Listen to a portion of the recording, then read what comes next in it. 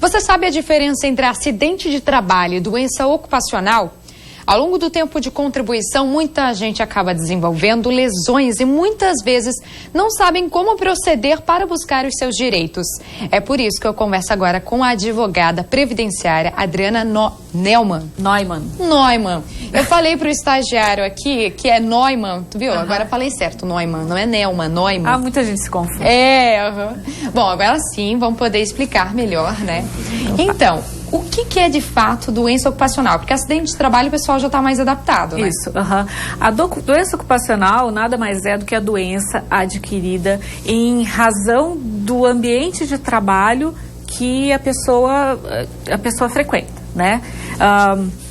Um caso muito comum de doença ocupacional é a pessoa que tem alguma lesão da coluna, alguma lesão de ombro, por causa do esforço, da postura que ela adota naquela determinada função. Questão da LER, né? Questão da LER também, às vezes, não é só a LER, mas sim, principalmente. Às vezes, empurrar coisa muito pesada, carrinhos, fazer esse tipo de movimento. Seriam movimentos repetitivos, mas não só isso, né?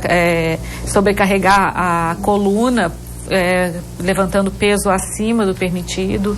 Então, tudo isso é doença ocupacional. Ela tem a ver com o ambiente de trabalho. E o que seria acidente? Acidente de trabalho é, como o próprio nome diz, é um acidente sofrido no trabalho, no ambiente de trabalho. Perdeu um dedo, martelou o dedo, furou, cortou, caiu, quebrou, até teve uma queda, até faleceu. Tudo isso é acidente de trabalho. Legal. E nesse caso, se acontece um acidente, por exemplo, no percurso casa-trabalho? Isso também é considerado acidente de trabalho, a gente chama de acidente de trajeto, tá? E aí, nesse caso, como se equipara ao acidente de trabalho, os direitos do empregado e do segurado, falando em termos previdenciários, são os mesmos de quem sofreu um acidente ou tem uma doença ocupacional. Tá? Então os direitos tanto previdenciários como trabalhistas. Independente, tá no trajeto. O mesmo ocorre, por exemplo, saiu para almoçar, voltou, todo esse percurso enquanto está nesse horário de trabalho é considerado um acidente de trabalho e pode buscar por seus direitos. Exatamente. O que acontece, né? Isso tem repercussão na área previdenciária e repercussão na área trabalhista. O acidente de trabalho e a doença ocupacional, eles têm a consequência de não só a previdenciária, que seria receber o benefício de auxílio doença acidentário, ou seja, enquanto a pessoa não conseguir trabalhar, ela recebe o auxílio doença. E aí, com esse tem um B91, que seria o benefício relativo ao acidente de trabalho. E ela, depois que puder voltar a trabalhar, se ela tiver uma limitação nos seus movimentos, uma limitação da capacidade laborativa que a gente fala, ela pode receber o auxílio acidente, tá? Isso são os efeitos previdenciários e aí é de qualquer tipo de acidente, tanto de trajeto como acidente de trabalho, como a doença ocupacional. Quais seriam os efeitos trabalhistas nesse caso? O empregado que sofre acidente de trajeto, acidente de trabalho ou doença ocupacional e se afasta, enquanto estiver afastado, recebe o FGTS, coisa que não acontece com quem tem uma doença comum, doença que não seja originada do trabalho.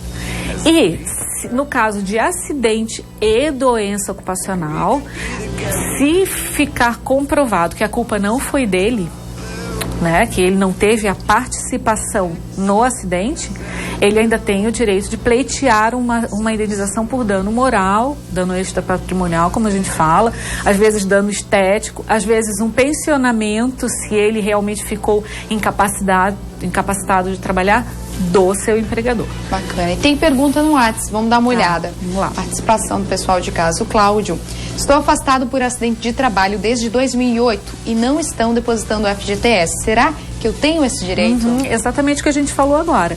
Obrigada, Cláudio. Quando é acidente de trabalho, tem direito ao FGTS, sim. Tem direito. Sim. E no caso, por exemplo, a pessoa ganhou a alta e daí ela pode ser demitida ou tem algum prazo? Eu esqueci de falar dessa consequência trabalhista também. Ela tem a estabilidade de 1 ano a partir da alta médica. Sim, então é importante que a pessoa, viu só, gente, depois da alta, depois de um ano você ainda não pode ser demitido. Mesmo ganhando alta, você não pode ser demitido, porque muitos empregadores podem fazer isso. E agora, no caso, o empregado alegou que realmente teve alguma doença por conta do trabalho, mas o empregador acredita que não seja por conta do trabalho. Agora vamos falar pelo lado do empregador. Ele pode fazer isso? Como é que é feita essa briga, digamos assim? Tá, vamos começar do começo com o que se faz no caso de um acidente de trabalho ou no caso de uma confirmação de doença ocupacional. O empregador, ele tem que emitir um documento chamado CAT, Comunicação de Acidente de Trabalho. Tá? Esse documento é que vai caracterizar o acidente de trabalho. Se o empregado sofreu e o empregador não quer emitir a CAT, o empregado vai pedir para sua entidade sindical ou para o médico que lhe assistiu para preencher a CAT. É claro que essa CAT judicialmente vai ter outro peso diferente da CAT emitida pelo empregador. Tá. Aí vamos dizer, a pessoa sofre de uma doença, uma lesão, isso que é muito comum, que eu vejo muito no escritório, lesão de ombro, coluna, cotovelo, que a pessoa tem e ela diz que aquilo foi decorrente do trabalho. O empregador diz que não, que aquilo não tem nada a ver com o trabalho, que ele já tinha aquela doença, ela foi adquirida antes disso, às vezes antes de ingressar no trabalho.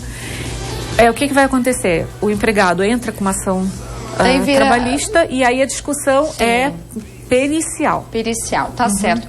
O nosso papo tá super bacana, mas foi super rápido. Infelizmente, nosso tempo tá acabando, mas a gente pode continuar numa outra oportunidade. Com certeza. Eu agradeço a audiência de todos vocês e, claro, te espero amanhã, terça-feira, tô aqui, viu? Muita coisa boa, muito entretenimento. Até lá.